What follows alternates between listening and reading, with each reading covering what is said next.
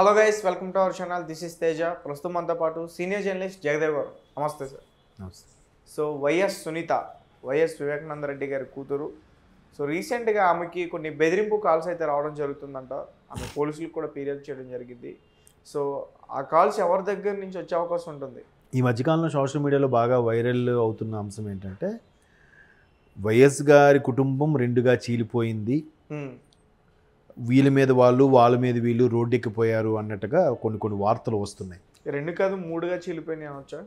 ఎలా అంటే జగన్మోహన్ రెడ్డి గారు ఒకవైపు, షర్మిల గారు ఒకవైపు, వైఎస్ సునీత గారు ఒకవైపు కదా. మరి సునీత గారు ఏ పార్టీ వైపు వెళ్ళి పోటీ చేసే అవకాశం ఉంది అలా అయితే? అంటే ఇప్పటివరకు ప్రకటించలేదు ఫలానా పార్టీ. కానీ సోషల్ మీడియాలో కానీ వేరే విధంగా కూడా వైరల్ అవుతున్న అంశం ఏంటంటే, రాజశేఖర రెడ్డి గారు కానీ వైఎస్ వివేకానంద రెడ్డి గారు కానీ కాంగ్రెస్ చెందిన వ్యక్తులు. రాజశేఖర రెడ్డి గారు ముఖ్యమంత్రిగా 2 సార్లు కాంగ్రెస్ చేసింది. తర్వాత వివేకానంద రెడ్డి గారు మంత్రిగా కూడా ఉన్నారు. తర్వాత రాజశేఖర రెడ్డి గారు చనిపోయిన తర్వాత కొన్ని పరిణామాలు, చాలా అనూహ్య పరిణామాలు జరిగాయి.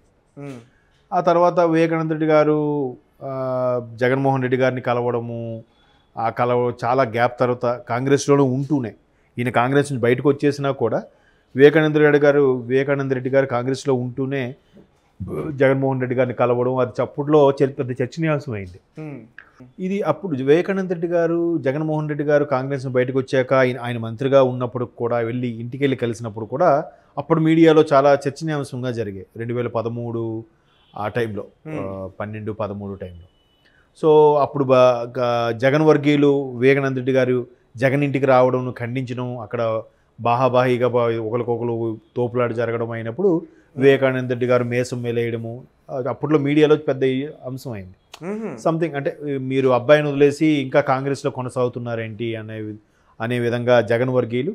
బట్ కాంగ్రెసే ముఖ్యమంత్రి రాజశేఖర రెడ్డి గారిని ముఖ్యమంత్రి చేసింది, నన్ను మంత్రి చేసింది అని వివేకానంద రెడ్డి గారు అప్పట్లో ఏవో ఇష్యూస్ వచ్చాయి.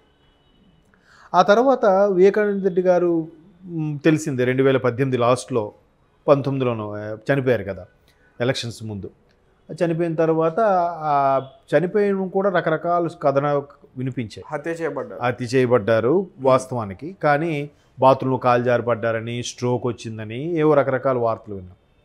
సో సునీత గారు మాత్రం నాన్నగారికి ఖచ్చితంగా ఇది హత్యే, ఇట్లా కావాలని చేశారు, ఎవరు పడన వాళ్ళు చేశారంటే తర్వాత వాళ్ళు ఆ హత్యకు ప్రయత్నించి వాళ్ళు ఇన్ఫార్మర్గా మారడము, వాళ్ళు వాంగ్మూలం ఇవ్వడము, ఇప్పటికీ ఫైట్ చేస్తున్నారు. దానికి ప్రధాన సూత్రధారి అవినాష్ గారే అని ఎంక్వైరీలో ఎవరు వచ్చాయండము న్యూస్లో కూడా హడావిడిగా చూసాం మనం.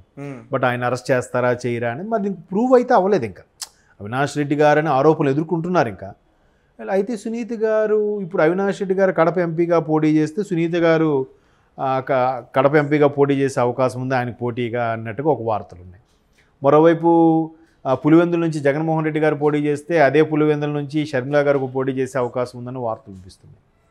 సో ఈవిడ సునీత గారు పోటీ చేసినా కాంగ్రెస్ తరఫున పోటీ చేయొచ్చు, ఎందుకంటే వివేకానంద రెడ్డి గారు కూడా కాంగ్రెస్ చెందిన నేత కాబట్టి. ఆమె బిడ్డగా ఈమె కాంగ్రెస్ తరఫున, మళ్ళీ షర్మిల గారు కూడా కాంగ్రెస్ నాయకులు అందరినీ కూడా కలుపుకుపోయే తత్వం, పాత నాయకుల్ని, సీనియర్ నాయకుల్ని, ఎవరెవరైతే రాజశేఖర రెడ్డి గారి హయాంలో కానీ కాంగ్రెస్లో కానీ చాలా కీలకమైన పాత్రలు పోషించి సీనియర్ నాయకులుగా ఉన్నారో వాళ్ళందరినీ మరలా ఒక తాటి మీద తీసుకొచ్చేలాగా అందరిని నడిపించిపోవాలనే ఒక ఆలోచనలో అయితే ఉన్నారు.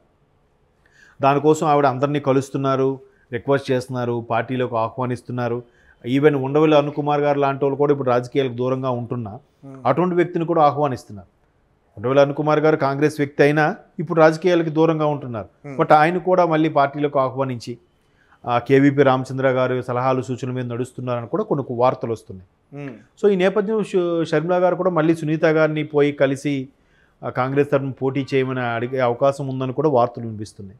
అలాగానైతే అవినాష్ రెడ్డి గారి మీద పోటీగా సునీత గారే పోటీ చేస్తారు. ఖచ్చితంగా వైఎస్ కుటుంబ సభ్యురాలు బిడ్డ కాబట్టి, వైఎస్ కుటుంబ రాజశేఖర రెడ్డికి స్వయాన తమ్ముడు కూతురు కాబట్టి ఆ సానుభూతి వర్కౌట్ అయినా బిడ్డగా ఆవిడ జరిగిన అన్యాయం కొంతమంది ఖచ్చితంగా అది హత్యే, ఆయన ఆధిపత్యాన్ని తప్పించడానికే ఇది జరిగిన కుట్ర అన్నట్టుగా కూడా చాలామంది అభివర్ణిస్తున్నారు. సో అట్లాగా అదే వాస్తవం ప్రూవ్ అయితే ఖచ్చితంగా ఆవిడ ఆ సానుభూతి గెయిన్ చేసుకొని ఎంపీ కానీ ఎమ్మెల్యేగా నిలబడితే గెలిచే అవకాశాలు ఉన్నాయి. అంటే బెదిరింపు కాల్స్ వస్తున్నాయి కదంటే ఈమె పోటీ మరి చేస్తుంది అదే పోటీ చేస్తున్నారు కాబట్టి ఆటోమేటిక్గా బెదిరింపు కాల్స్ వస్తాయి. ఇప్పుడు ఖచ్చితంగా బెదిరింపు కాల్స్ వచ్చాయంటే అవతల ఏ వ్యక్తి ఎవరికైతే నష్టం జరుగుతుందో ఈవిడ రాజకీయాల్లోకి వచ్చినా కానీ లేదా ఈవిడ పోటీగా నిలబడినా కూడా ఎవరికైతే నష్టం జరుగుతుందో ఆ వ్యక్తి సంబంధించిన వర్గీయులే ఫోన్ చేస్తారు ఖచ్చితంగా. అంటే ఇప్పుడు అంత పెద్ద నెట్వర్క్ ఉన్న సునీత గారు అంటే రాజశేఖర రెడ్డి గారి ఫ్యామిలీ అంటే చిన్నది కాదు కదా సార్, అలాంటి ఫ్యామిలీ మెంబర్కే ఒక బెదిరింపు కాల్స్ వచ్చాయని అనుకుంటే మరి ఎవరు చేసే అవకాశం ఉంటుంది అనొచ్చు. రాజకీయాల్లో అదే చెప్తున్నాను కదండి, రాజకీయాల్లో ఎలా అంటే ఆ వ్యక్తి వల్ల ఎవరికి లబ్ధి అని ఆ వ్యక్తి సైడ్కి వెళ్ళిపోతే మనకు క్రాస్ ఓటింగ్ ఉండదు, మన ఓట్లు మనకు చీలిపోవు అనుకున్న వాళ్ళు ఖచ్చితంగా ఆవిడ తప్పుకుంటే బాగుండరా మనకి పోటీ అవుతుంది అనుకున్న వాళ్ళు ఉంటారుగా. ఆ నేపథ్యంలో బెదిరింపు కాల్స్ వెళ్ళే ఛాన్సెస్ ఉంటాయి. ఇంకొకటి అక్కడ ఎవరైతే లబ్ధి పొందుతారో లాభపడతారో ఆ వ్యక్తి చేయకపోయినా ఆ కింద వ్యక్తి అనుచరులు కూడా అరే మా అన్నకి లేదంటే మా అక్కకి ఎవరో కాంపిటీటర్ వస్తుంది వీళ్ళని తప్పించేయాలరా, వీళ్ళకి మనం ఫోన్ చేద్దాం సరదాగా కింద స్థాయి వాళ్ళు కూడా ఆ కార్యకర్తలు అనుయాయులు కూడా ఫోన్ చేసే అవకాశం ఉందిగా. అవి కీలకమైన వ్యక్తిగా అవసరం లేకపోయినా కింద స్థాయి వ్యక్తులు కూడా ఒక్కోసారి చేస్తారు, అరే మా అన్నకి ఇది పెద్ద తలనొప్పిగా తయారైపోయిందిరా, లేదా మా అక్కకి ఈవిడ పెద్ద తలనొప్పిగా తయారైపోయిందిరా, ఈవిడ తప్పించేయాలరా, ఈవిడ తప్పించుకోవాలంటే మనం కనీసం కాల్ చేద్దామని సరదాగా. ఇవాళ రేపు ఏమవుతుంది, ఫోన్ ఎవరో డమ్మీ ఆధార్లో ఏవో పెట్టేసి సిమ్ తీసుకుని కాల్స్ చేస్తున్నారు, తర్వాత సిమ్ పడేస్తున్నారు కదా. ఎవరు తీసుకున్నారంటే తీసుకున్నాను సార్, నేనే తీసుకున్నాను సార్, పడేసాను సార్ అన్నట్టు చెప్తున్నారు. కాబట్టి అవన్నీ ఖచ్చితంగా ఎవరికి అవసరం అంటే వాళ్ళే చేస్తారు. కొన్ని సందర్భాల్లో కింద స్థాయి వ్యక్తులు కూడా చేసి బెదిరించే అవకాశం ఉండొచ్చు. అంటే దాన్ని ఏమంటారు, గోటితో పోయేదానికి గొడ్డల వరకు తెచ్చుకోవడం ఎందుకు. ఇప్పుడు ఆమె బెదిరింపు కాల్స్ వచ్చాయని చెప్పింది కానీ దేనికి సంబంధించి వచ్చాయి, ఇప్పుడు ఊరికినే ఎవరు బెదిరించారు కదా సార్, అది మరి ఆ విషయం ఆవిడే చెప్పాలి. ఎందుకంటే నేను అనుకోవడం ఏంటంటే ఖచ్చితంగా రాజకీయాల్లోకి వస్తున్నారు, అక్కడ కడప నుంచి పోటీ చేయబోతున్నారని వార్తలు వినిపిస్తున్న నేపథ్యంలో ఆమె చెప్పలేదు, డైరెక్ట్గా చెప్పలేదా, మనం గెస్ట్ చేస్తున్నాను అట్లా.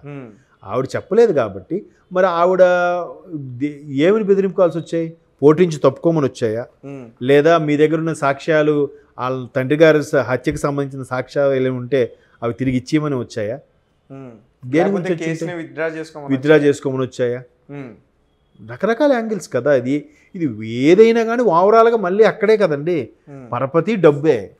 మనిషికి దారుణాలు ఘోరాలు ఎప్పుడు జరుగుతాయి, అధికార చెలాయింపు కోసం కానీ డబ్బు కోసం కానీ. అధికార చెలాయింపు అయినా ఉండాలి, డబ్బు అయినా ఉండాలి. కానీ ఈసారి మాత్రం సునీత గారు చాలా చర్చనీయాంశంగా మారే అవకాశం ఉందనొచ్చు ఖచ్చితంగా. వైఎస్ ఫ్యామిలీకి చెందిన వ్యక్తి కాబట్టి ఇంకా తండ్రి హత్యకి సంబంధించిన ఎలిగేషన్ ఇంకా క్లారిఫై అవ్వలేదు కాబట్టి ఖచ్చితంగా ఒకవేళ ఆవిడ పోటీ చేసినా చేయకపోయినా ఆవిడ ఎవరికైతే మద్దతు ఇస్తారో అది కూడా కీలకమయ్యే ఛాన్సెస్ ఉన్నాయి. అక్కడికి షర్మిల గారికి మద్దతు ఇచ్చే అవకాశం ఉందనొచ్చా? అవ్వచ్చు, ఎందుకంటే షర్మిల గారు మళ్ళీ కాంగ్రెస్లో ఇప్పుడు పీసీసీ చీఫ్, షర్మిల గారు అందరినీ వివేకానంద రెడ్డి గారు కూడా కాంగ్రెస్ మంత్రిగా, మాజీ మంత్రి కదా ఆయన. కాబట్టి ఆ స్థానం మళ్ళీ అందరినీ కలుపుకుపోయి తీసుకెళ్ళే ఛాన్సెస్ ఉన్నాయి కాబట్టి ఖచ్చితంగా కాంగ్రెస్కి వెళ్తుంది. ఇంకోటి ఏంటంటే టీడీపీ జనసేన వేవ్ వీస్తున్నప్పుడు కూడా టీడీపీ జనసేనలోకి వీళ్ళు వెళ్ళలేరు. అవును, అయితే షర్మిలా గారిలాగా కొత్త పార్టీ మీద పెట్టుకోవాలి, లేదా మా పీసీ చీఫ్గా అలాంటి కాంగ్రెస్లోనే కలిసిపోవాలి కదా. టీడీపీ జనసేనకి వెళ్ళినా సీట్ ఇస్తారు అనేది కూడా అక్కడ ఇప్పటికే సీట్ల సర్దుబాటులో చాలా సతమతం అవుతున్నారు రెండు పార్టీలకు కూడా. ఎటువంటి కీలక వ్యక్తులు ఉన్నారు, పైగా ఈ వైసీపీ నుంచి జంపు జనాలు కూడా టీడీపీలోకి వెళ్తున్నారు. వీళ్ళకే ఇవ్వాలా, అక్కడ ఆల్రెడీ ఉన్న వాళ్ళకి ఇవ్వాలనేది బిగ్ క్వశ్చన్ కదా. అందువల్ల సునీత గారు ఖచ్చితంగా షర్మిలా గారితోనే వెళ్ళి పోటీ చేసే అవకాశం అయితే అనుకుంటున్నాను నేను. తండ్రి గారు ఎలాగో కాంగ్రెస్లో మంత్రిగా చేశారు కాబట్టి.